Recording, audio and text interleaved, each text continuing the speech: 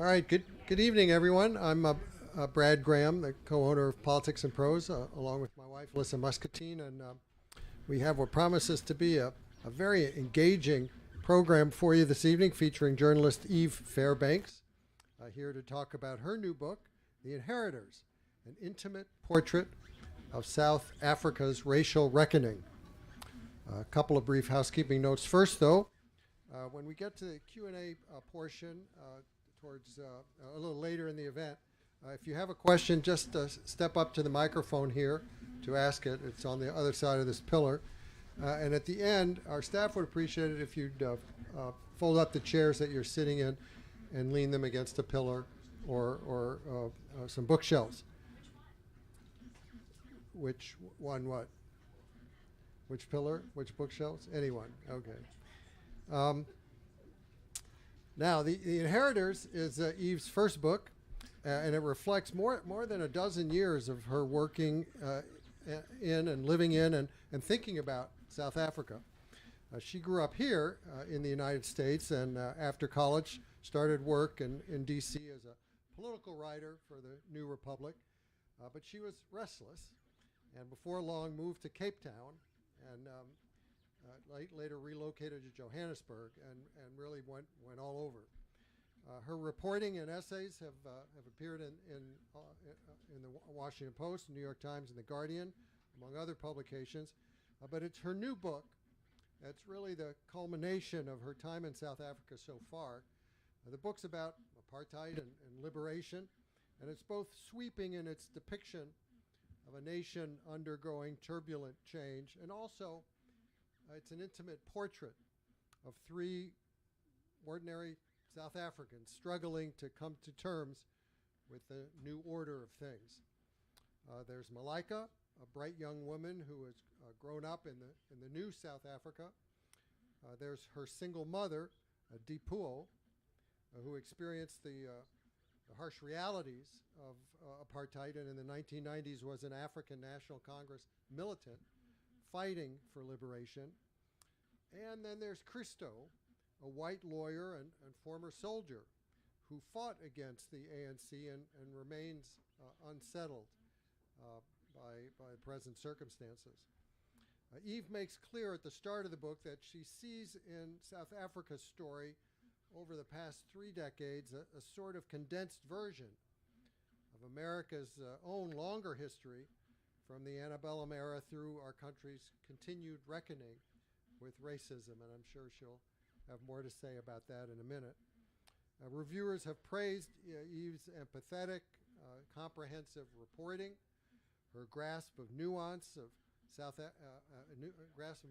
nuance and grasp of South Africa's present-day complexities and agonizing predicaments, and her insight into how people build and rebuild their lives in the aftermath of political upheaval. All in all, Eve's given us an impressively ambitious, extensively researched, and powerfully written book.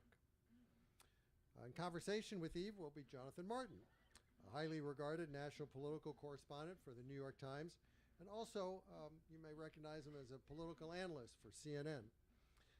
Along with co-author Alex Burns, Jonathan recently published a great book. In fact, he was here just a couple months ago talking about it, entitled This Will Not Pass. It's about the final year of the Trump presidency through the 2020 election and into the beginning of Joe Biden's administration. Please join me in welcoming Eve Fairbanks and Jonathan Martin.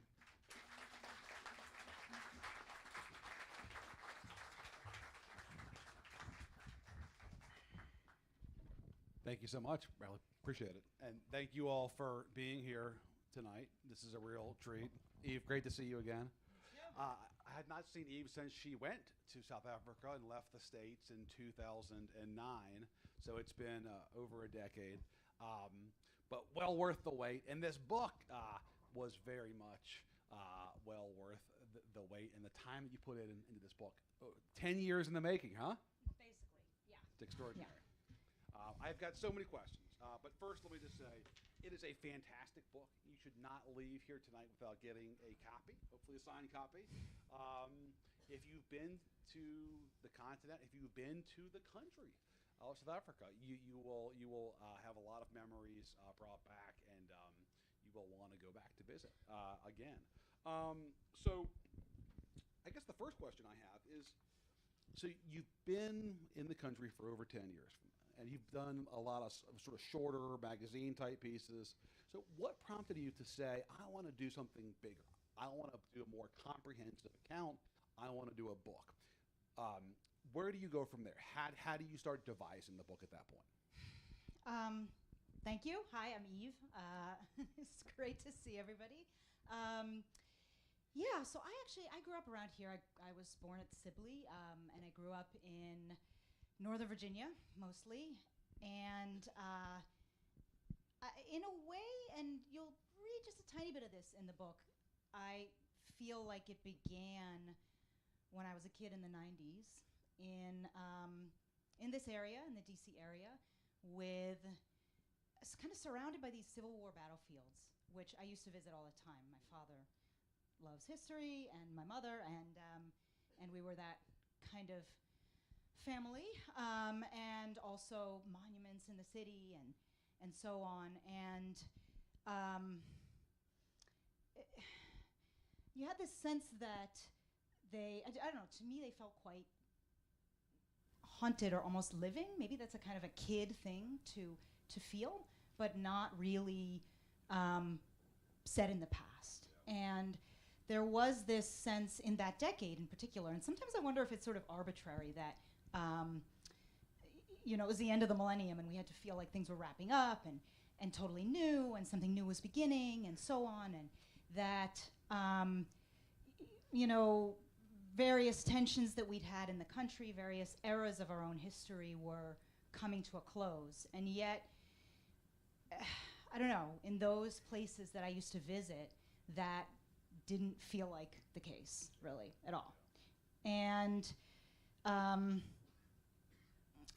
there was just this kind of undertone of a lot of history that we learned, history all around us in this city that you learn about, but that also we're told is kind of over, but is still sculpting our lives. It's ever present because yeah, but I think in particular I felt like it was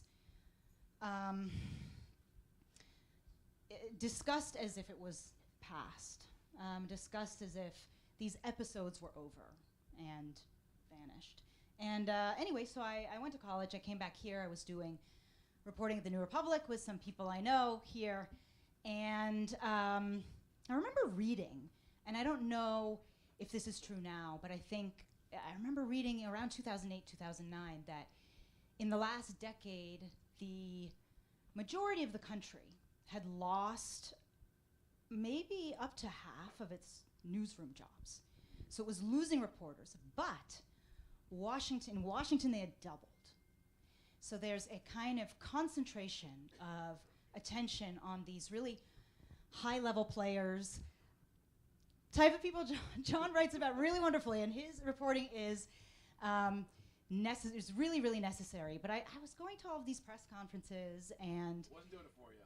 It's not that it wasn't doing it for me. I felt like I wasn't doing it for it. I mean, there were just so many other people there, and you start to wonder, like, are people who these political events they're living them. They are psychologically impacted by them. I mean, we often think materially, but they're watching them. They're watching them on TV. They're listening to political radio, and a lot of those types of stories aren't told, I think. So anyway, I decided to leave. I ended up getting a writing grant and heading to South Africa for 2 years. And that was a really special writing grant. I think the director is here that gave it to me. Steve, hi. It was an extraordinary grant because it was kind of advertised as a writing grant, but you weren't allowed to write, in a way. You were forbidden from publishing. Now, some of us got around that a little bit, but you were banned for a year, or you were told you don't write stories for magazines. Don't do the foreign correspondent thing where you land and then 6 weeks later you're writing a big sweeping piece on this country, because you need to really try to live it, try to live in it, try to know it, try to learn some languages. I decided to learn Afrikaans, which is actually spoken by more people of color in South Africa than by white South Africans, and is a language spoken all over the country. And that, over the course of that period, made me encounter people that I wouldn't necessarily have gone to interview. I don't know, when you look up a list of people as a journalist, you're trained to, like, who do I want to interview? It's like the head of this org, or like this rabble-rouser who's already on TV for, you know, being a crazy person, and this was a way that I just met people kind of by the by and ended up talking to them about their lives. And when I started to think about writing a book about South Africa, I wanted it to be big-ish. I wanted it to be kaleidoscopic. I wanted it to contain a lot of stories. I think often the way nonfiction books are written a thing we can sometimes do is to take one story, one life, one event, and treat it as a sort of microcosm or a synecdoche of the whole. And I wanted to do something different than that. So you'll find this book really conversational. It has a lot of different characters in it. But I ended up realizing, I just thought I want to talk about the people, I want to write the most about the people that I think about the most as a person, not necessarily as a writer. And I'd encountered these three people. One was, two of them were born in 1970. And I state that only to go on to say that they were in their early 20s when a system of incredibly pervasive racial segregation gave way, and didn't give way, but in a political sense, it sort of suddenly gave way to a multiracial, one-man, one-vote democracy. So apartheid was actually explicitly modeled on Jim Crow. This was not something that I'd known from my history education until I went there. Basically, in the 1950s, the South African government sent emissaries to Alabama. And these South Africans wandered around Alabama and saw the segregated colleges, and the historian who told me about this was like, they were like, Eureka, this is our answer. And they took it to a more extreme version. So I had these two people who grew up and really imagined, even if they meant to resist it with all of their might, but that this is the world they would live in. One white, one black. Yeah, yeah. So one of them was one of the last, there was a draft in South Africa, and every white male and some men of mixed race had to serve in the military. Drafted into an army that was doing policing, both kind of campaigns over the border, but also policing the black neighborhoods in tanks. And you had to do that. So he was one of the very last men who was drafted to do that, and essentially to kill for that cause, which he did not know that the leaders of his own country were in the midst of liquidating while he was effectively turned into like How'd a you murderer. find him? I was doing a story on a trial, and he was the lawyer for the defendants in the trial. And I interviewed him about that. And then there was a woman there's a black woman who was an activist around the same time and kind of fought those type of soldiers. And then her daughter, who is what they They're call... from Soweto. Yeah, they're from the major township of Soweto, which is south of Johannesburg. And I just chose those people because I couldn't really get their like life stories out of my own head. And also the way that they talked about, in some cases, their nostalgia for the past, which sounds like a strange thing to say, but they had felt imbued with the sense of a cause, with the sense of struggling for something really just. And the aftermath turned out to be really, really, really complicated vis-a-vis who actually is the oppressor, who's in the right, but who has the moral high ground, who gets to decide things. Yeah. The nuance is the genius of the book, because you don't let anybody off the hook, and it really captures the dynamics of this country and this culture in an extraordinary period. And we should sort of give folks a brief overview who haven't picked up the book yet. The period of time is basically 80s, 90s to the present, right? That's sort of roughly that's where it focuses. Yeah, the sweep, and told that the country's story in that period told effectively through these two families and through I guess three individuals, and the two families, one black, one white. The white from a more rural part of the country, and the black family from Soweto. Yeah, it's a mother and a daughter. And I'll just, I don't want to like read extensively, I felt, from the book, but I do want to read one passage. Hold this very rain-drenched thing. I just think it'll give you a sense of the tensions, the really like almost irresolvable tensions in the aftermath of the collapse of a system like that people have to live through. And this is a portion that talks about this young woman. So she's the daughter of the older activist whose portrait is painted in the book. And she... you capture her life basically from birth to the present. From birth to, she was born on her own mother's birthday, kind of right after the release of Mandela, and it was a really beautiful period for that family. And, one of the things that she struggles with is... The daughter. Yeah, the daughter.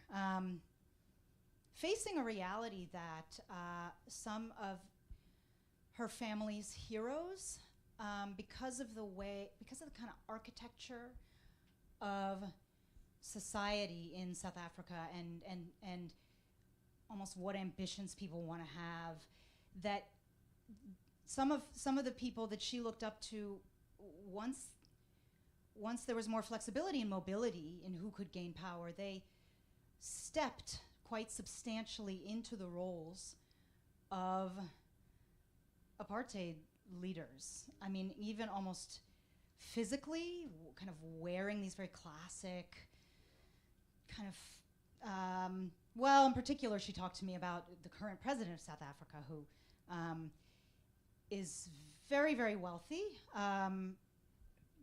not necessarily... And the cars, too, you talk about?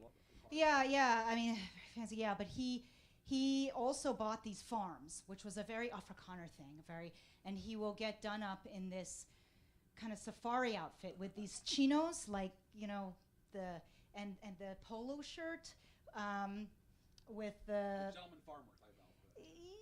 Yeah, and to auction these bulls, and it's, she's very kind of heartbroken by that, but also understood it as someone who had a lot of ambitions herself. So I'm just going to read really briefly what she said. Okay. This is on 367. Malaika believes she will give birth to a son. She sometimes talks about Mwalimu, her future son, on social media. Mama of Mwalimu, she captions selfies. In his eyes, I see the possibility of a South Africa unoccupied. It was poignant to me that while barely older than a child, Malaika already had to imagine having a child of her own in order to imagine a South Africa proceeding reliably toward justice. 25 years living in the real South Africa suggested there was no simple road there for her. The name she chose was meaningful. In Swahili, Mwalimu means teacher.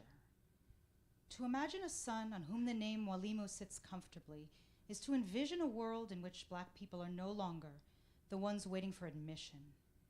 It's to envision a world in which they are the gatekeepers, the wise men, the consultants flown around to tutor the others.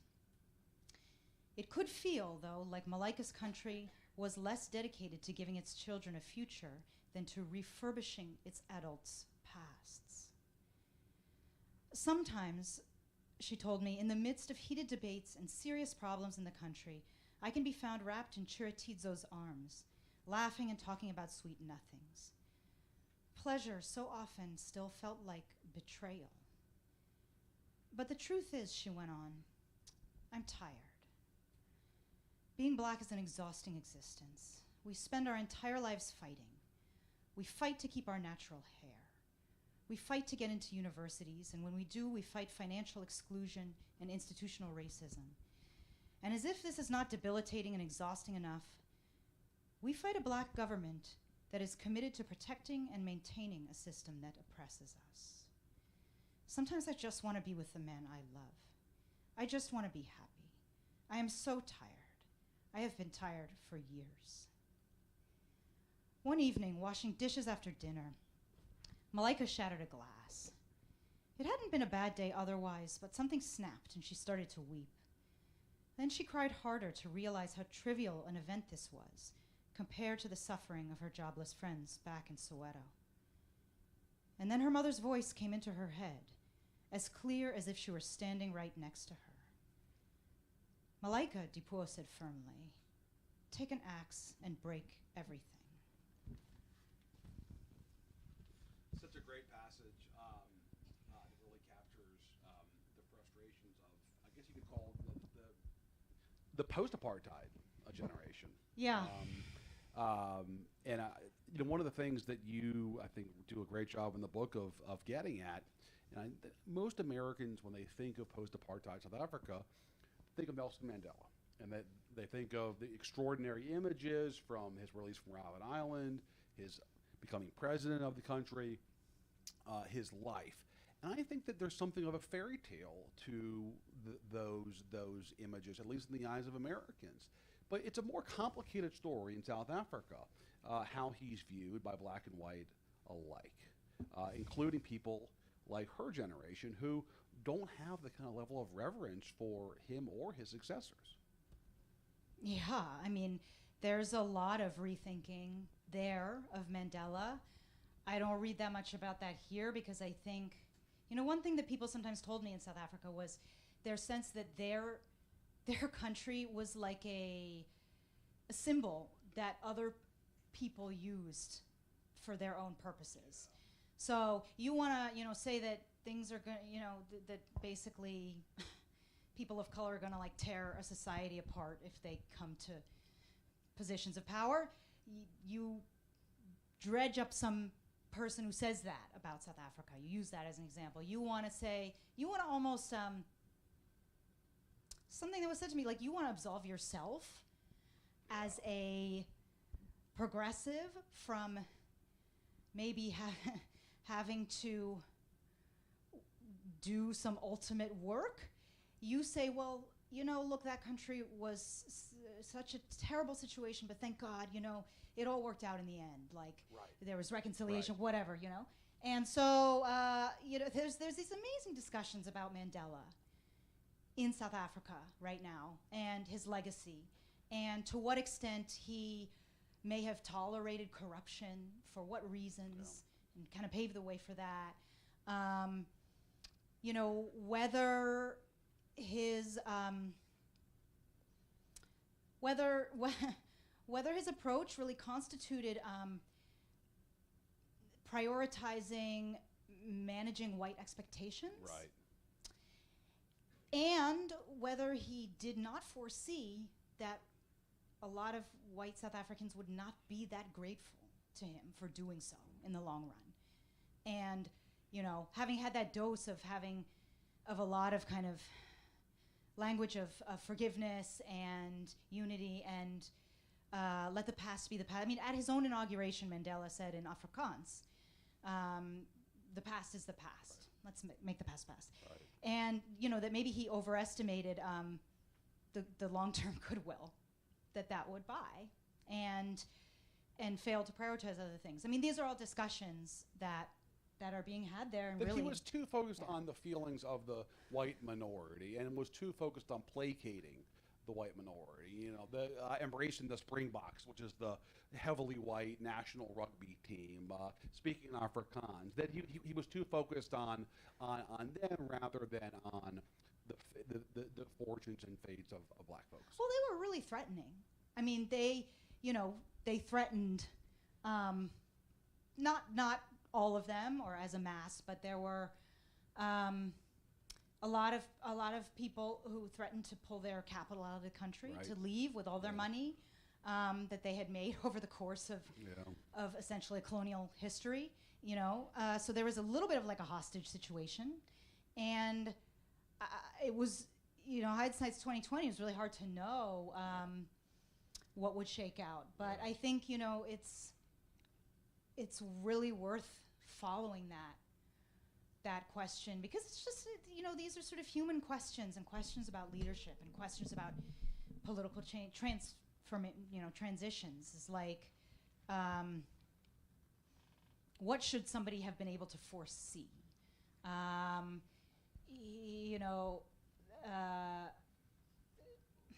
Etc. So, yeah, that's happening a lot there. Those types of. Was this the book that you expected to do at the outset of your reporting? Not at all. No. What were you expecting to do? Well, what was I expecting? It was the book that I hoped to do. Yeah. It was the book that I longed to do, and I sort of yearned to do. Well, you thought you were going to do something different. I didn't. Yeah. So, well, I will say that a lot of people encouraged me to write a book about Afrikaners only, and I think that was partially because I did learn Afrikaans, and I do write about them as a community and in the book. I was struck that there was there was a lot of interest in like anguished whites who become really right-wing due to their kind of dislocation, and that has happened. There are communities like that, and I do write about that. But I also sometimes wondered if people didn't want to hear about that because it made them, or read about that because it made them, as the reader, feel a little good. Like, geez, I'm not as bad. Like, wow, that's really gnarly. Like, those people have shooting ranges. I remember the Daily Mail did a story about Afrikaners teaching their children now to shoot black South Africans on these secret shooting ranges. I don't even think that was true, but so many people sent me that story, and they were like, "Oh my God, is it true?" And I was like, "I'm actually curious why you're curious. Like, it's interesting. Why is it interesting to read about that?" So you become pretty cynical about foreign correspondence Sorry. coverage. While you're, is that how I'm coming off? No, Possibly. rightfully so. Yeah. And that's threaded throughout the book. Yeah. Is when there's folks who dip in from the International Press Corps to try to offer their account of South Africa, you're pretty contemptuous, and I think justifiably, because you put in the time there and you actually get to know the people and the place. And I think the book would not have been as fulfilling were it just focused on the Afrikaans, because you're covering the country, and the country is both. But I want to stick on the Afrikaans for 1 second here, because you have this incredible passage. This is after apartheid ends, where there's an effort, part of the so-called land reform effort, to transfer farmlands to black folks, many of which have no experience with agriculture. And there's a white land reform figure who talks about when he would bequeath these lands on black families, and they were called beneficiaries, was the term of art for the black families getting these farms. That's not a white official, actually. Oh, he's not? Oh. No. What's a black guy? Oh my gosh. Oh, even better. Wow. Yeah, there's a lot of people in South Africa who have Afrikaans names, but they're people of color, yeah. He says, dropping off families at their new farms. As I'm driving away, I would be very sad and the knowledge that this thing, I already know it's not going to work for them. I could feel it. It's not going to work. So there's good intentions, and a lot of the efforts after apartheid ends, but it doesn't always work out. Yeah, I think maybe some people would disagree with me. I mean, I made something of an effort to get to know a couple of people in government. And government in South Africa right now is kind of a boogeyman. I mean, that's maybe universal to some extent. But also, I think there's a passage in there about the promises that the African National Congress, which was the liberation movement that turned into this governing movement, made. And that, amazing promises. And that they really hoped to be able to deliver. And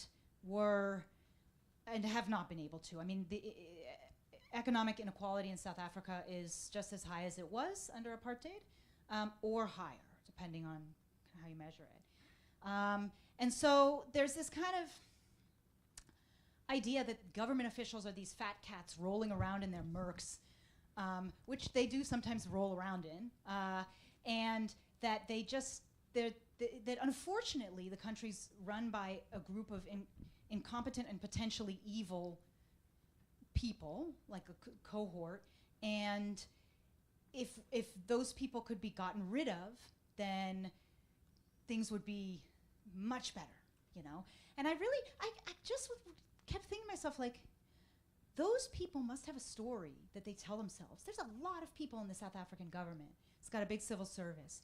And they must say something to themselves at night or when they look in the mirror that's other than like, yeah, I'm awful. I'm a fat cat. Like, it's awesome that I'm just riding roughshod over all these people.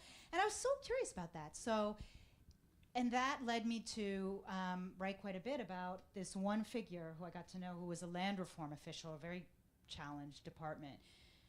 And just the grief and sense of absolute impotence that he had to deal with unraveling a system that had taken centuries to be built.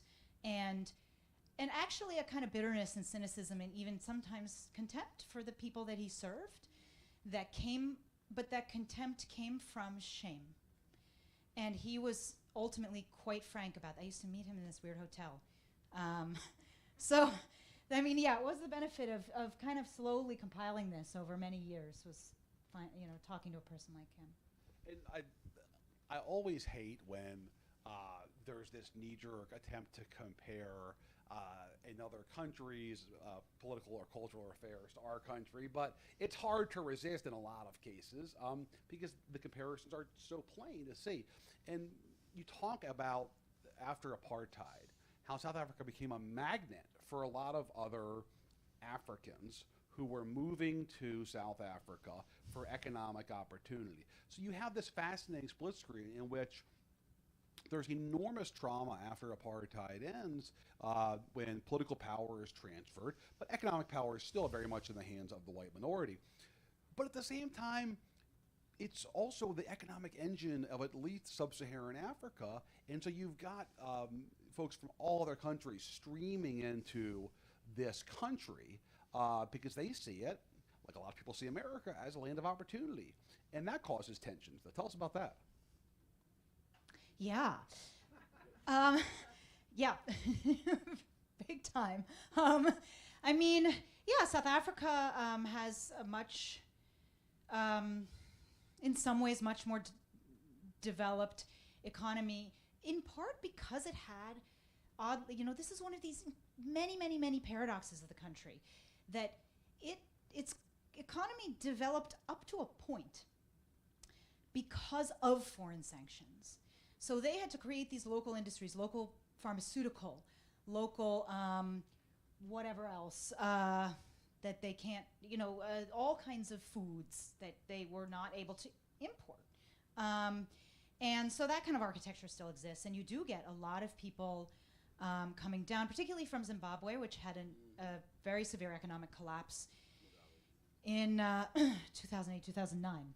And it's really painful for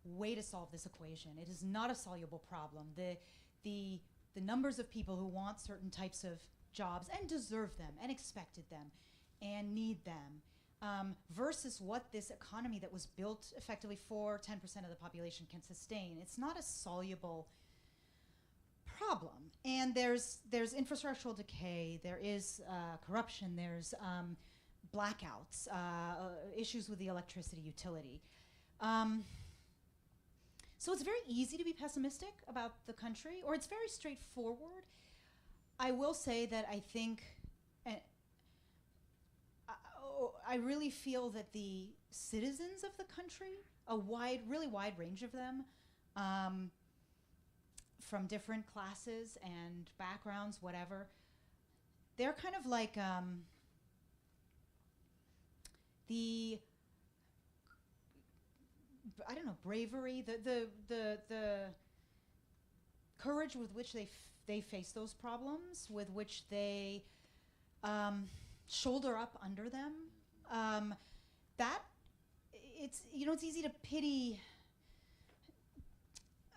the citizens of a country that has the economic issues and so on that South Africa does, but that deserves a kind of honoring, and that cuts against a kind of plain pessimism, like, okay, we can toss this country and its story into the dust heap, because it really, and I also think part of the reason that I spent so long there was that there was something really instructive and in the way the citizens were of this place were kind of living this impossible reality. So it's not a depressing, I mean, yeah, it's, I don't know if that answered your question. It does. And it's a raw account of this place and of the people there that I cannot recommend highly enough. So let's take a few questions from the audience. We want to raise their hand? Yes, sir. Could I ask? Yeah. Oh, of course. Could you please go to this microphone? Oh, yeah. Please walk to the mic there. Thanks. First of all, thank you both. That was really, really interesting. My question is, are there things, as you've thought about all this and the way the society evolved post-apartheid, are there things that you think could have been done differently early on, either under Mandela or shortly afterward, that would have led to significantly different outcome in terms of the society's ability to transform itself more successfully? That's a great question. It's a great short book on the tolerance of corruption under Mandela's presidency. By Mandela, he himself did not engage in it, but that people do argue, set things on a track that really that was a mistake. That was a big mistake. It's really hard to know. Things are counterfactuals. Sure. I do feel somehow that the desires of a majority of the population had to be answered more than they were, and that there's potentially, and I think this is true in a lot of places, but too much of a kind of terror of disturbing the powerful by taxing them more, whatever it is. And the other thing, I think, one thing that this government official told me, he said, when we looked at South Africa, when we looked at when we looked at the country under apartheid, meaning we black people, who were in power, who were fighting, at the forefront of the anti-apartheid struggle, we saw, in a way, we focused on the white country. We focused on the white neighborhoods. We saw that, and in some way, now I can say it seems stupid, but at the time, why would we be dying and imprisoning ourselves, just we were we were hoping for something beautiful, to live in a beautiful place that had been as beautifully appointed as those neighborhoods, instead of these blasted townships where people were shunted. And then he said, but it was the whole country. It was the whole country that we were going to rule, that we were going to get, in effect. And maybe if that had been better understood by people like that, I think that was a regret of his, because he felt that he had not prepared, almost psychologically, but also policy-wise, not prepared enough to for the kind of painful reality that, like, a lot of the problems that he was facing under apartheid, he was still going to deal with and still going to have to be resolving. It wasn't good. The fight wasn't going to be over. But he also said, like, I don't know if I would have been as motivated if I had understood that. So, Thank you. yeah. Who else?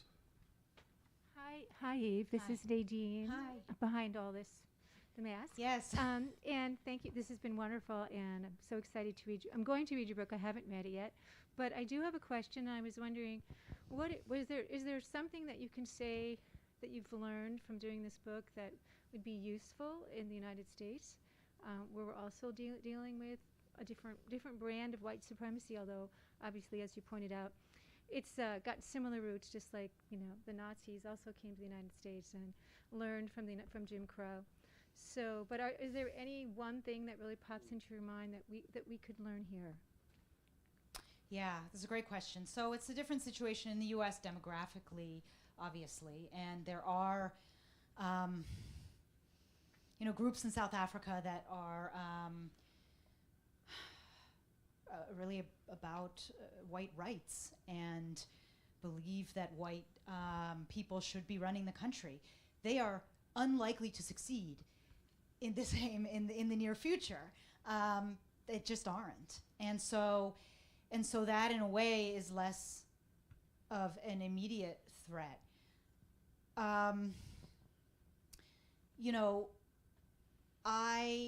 I think that one thing I saw, so there are people in the book and people that I talk to who are at the heads of institutions like universities, like newspapers, like cultural institutions, just the whole face of this type of a city. And now that, with exceptions, I mean, white South Africans are overrepresented in the media, but imagine this city with dominated by people of color, basically entirely. Those people, once they got into those institutions and they faced the question, as somebody put it to me, was our goal to move more freely within the system that existed? Was it to be able to get these kind of roles and offices that already existed? Or was it to dismantle these systems? Now, the fear of groups you alluded to is that obviously there's a vengeance plan, like the aim is to dismantle everything. I mean, I think that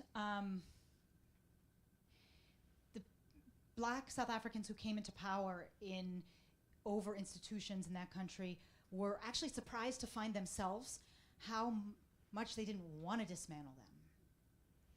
So I guess ultimately, this country would have a lot of problems even if Richard Spencer didn't exist. If there were no white supremacists in this country, I sometimes feel there's this intense focus on that as a threat, and I understand that. But if that whole wing didn't exist, you would have all kinds of inequities, all kinds of power struggles, Systemic racism. Yeah, and so that and other people would not be able to situate themselves so comfortably in the good middle of at least I'm not marching in Charlottesville. I'm pretty good, if that whole wing was like excised, and you know that maybe this the situation eventually. But I think it's really worth thinking about. Is you know, what are the deeper issues with the way we think about who deserves what kind of work deserves what reward in society, that you know, those deeply embedded ideas don't they would exist regardless of Tucker Carlson voicing them. So I think that's Well, think What I about would whether there's like one lesson, because that's still, you know, there's something that we could learn. one lesson. And, you know, again, you may not have to have this answer right now, but I guess I'm Yeah. just curious. So. Yeah, I'll think about it. Okay. Yes, sir. Thank you very much. Thank you. You gave us some insight into the daughter, and I was wondering if you could give us a little more insight into the mother and the other, the white man, just their worldviews, or get us a sense of what life's like for them. Yeah. So Dipuo is the mother of Malaika, and Born 1970. born in 1970. Very important. Yes. So 50, yeah. Yeah. And I don't know. Some people have told me that they feel she's maybe the hero of the book or the most complex. So she, I used to spend many hours with her. She really wanted to talk about and tell what she had gone through in her life. I think maybe because she felt that she had lost her childhood. She'd never been a child. By the time that she was 8, she was effectively a mother to her younger siblings. And then she dropped out of school, like many people did when she was 14, to protest. And she was, you know, I remember asking her the first time I asked whether she had ever been in prison. And she said no. And then later she was like, oh yeah. And that was how routine. Only 2 weeks. Yeah, only 2 weeks. The 2-week thing. Because 2 weeks was the maximum Yes. that the government You could know put so much about this book. could put somebody in prison Yeah. without charges being pressed. Yeah.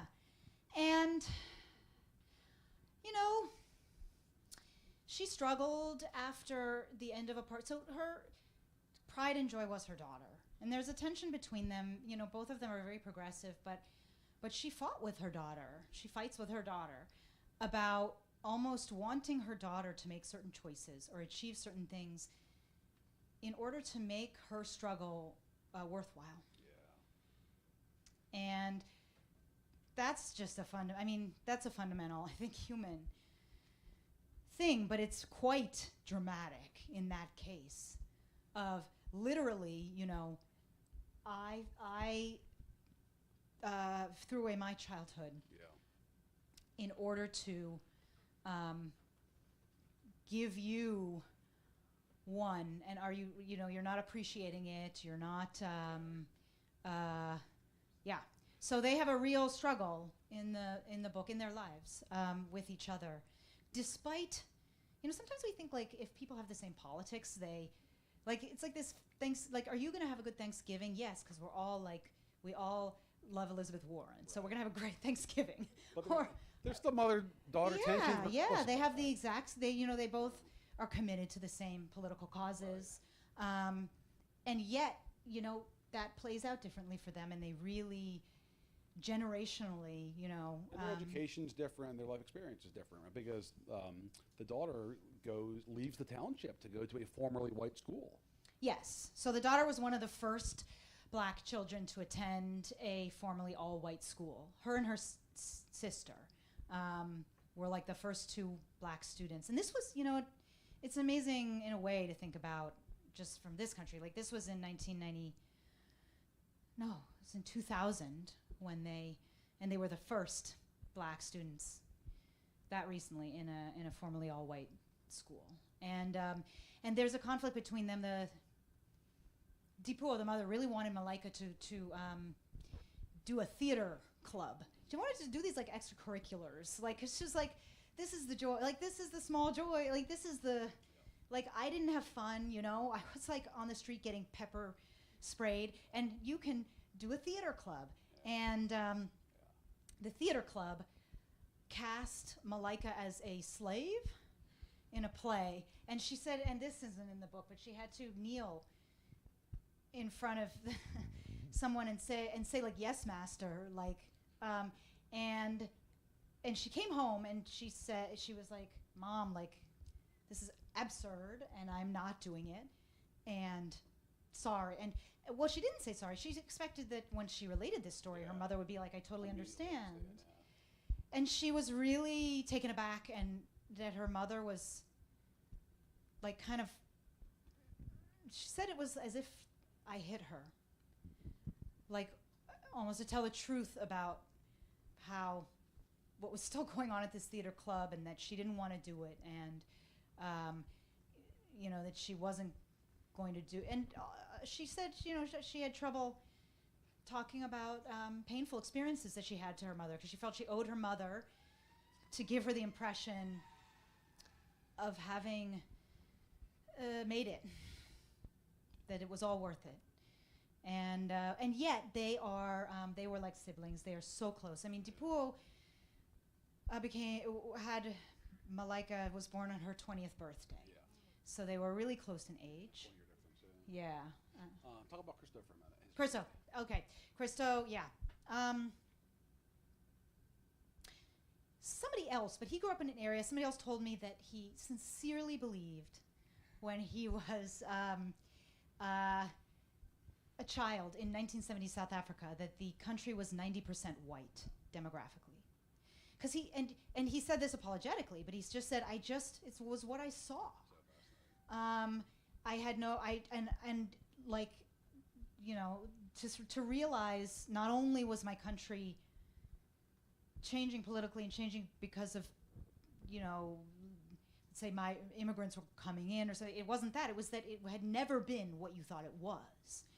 So Christo grew up in a farming area that would have been very much like that, very bucolic. His father was not wealthy. He farmed cattle. They were Afrikaans. They were very proud of the fact that their forebears had kind of given the Dutch the finger. You know, it was also a hard thing. They saw themselves as like, almost in an American way, as like pioneer revolutionaries, independent, because they fought a liberation war against the British Empire, which they lost. But yeah, so he grew up that way, and then he ended up being drafted, and he loved the military. He just really loved the training. He loved the discipline. He loved the camaraderie. He loved the intensity. He he also was sent to assassinate someone in a sense, and that occurred at this light switch flip moment, So confusing. where basically, like, right when he was given the order to do that, which people did not resist really when they were in the military, those types of orders, he then was charged by the apartheid government for murder, because they changed the laws surrounding the way soldiers engaged as part of the kind of, we're transitioning to democracy, we're actually really great, like we just made some mistakes, and so he was hung out to dry by the apartheid government in a way. But he also just, so through the rest of the piece, he becomes a lawyer, he's at university, those charges, you can hear what happens to them, but he really, he grapples with, and I grappled with, I mean, in ways that I didn't always respect. Well, I don't know. He's not a perfect figure at all. But he struggles with how much nostalgia he feels for the apartheid army, and how much he wishes he were back in it, how much he wishes he were with those guys, on a kind of visceral level, in those units and the bunk beds, and yet the knowledge that in a greater sense and a smaller sense that this was a force that was deployed for a deeply unjust mission. Yes, sir. Hi, Eve. Hi, Sammy. Nice to meet you. Not meet you, since we know each other from Joburg. Nice to see you here. So I just wanted to share with you I forwarded the Guardian excerpt to my friend Percy. I don't know if you know him. He's a restaurateur. He now lives in the middle of a farm in Limpopo. He's black South African, but he's surrounded by Afrikaner farmers. And he wrote, when after he read it, he said, "Wow, the best article I've ever read on this subject thus far. I'll forward this to all the guys involved in farming. Everything is exactly as she states, and that is very sad. Congratulations to Eve." So this guy is somebody I really respect. Percy, his name is Percy Musidi, and I've lived in South Africa. I recently came to the States, but I lived there. I went there as a foreign correspondent, and then just went native there, as you know. So this is a book I'm very excited to read, and it's an incredible job. To give birth to this book is incredible, because all of us who know about South Africa are just so always fascinated, and I just want to add that the way South Africans cope with the craziness of what's going on around them is humor. Their humor is really, really incredibly, and I would like you to comment on that. But the other thing I want to mention is it's only been roughly 30 years since South Africa became democratic. Yeah. And before that, imagine every male was basically a gardener, if they're lucky, a policeman, or a teacher. And the women were all housekeepers. And then all of a sudden, they're supposed to take over this modern country and turn it into a dynamic, fair, progressive country, when actually the apartheid government has bankrupted the nation economically.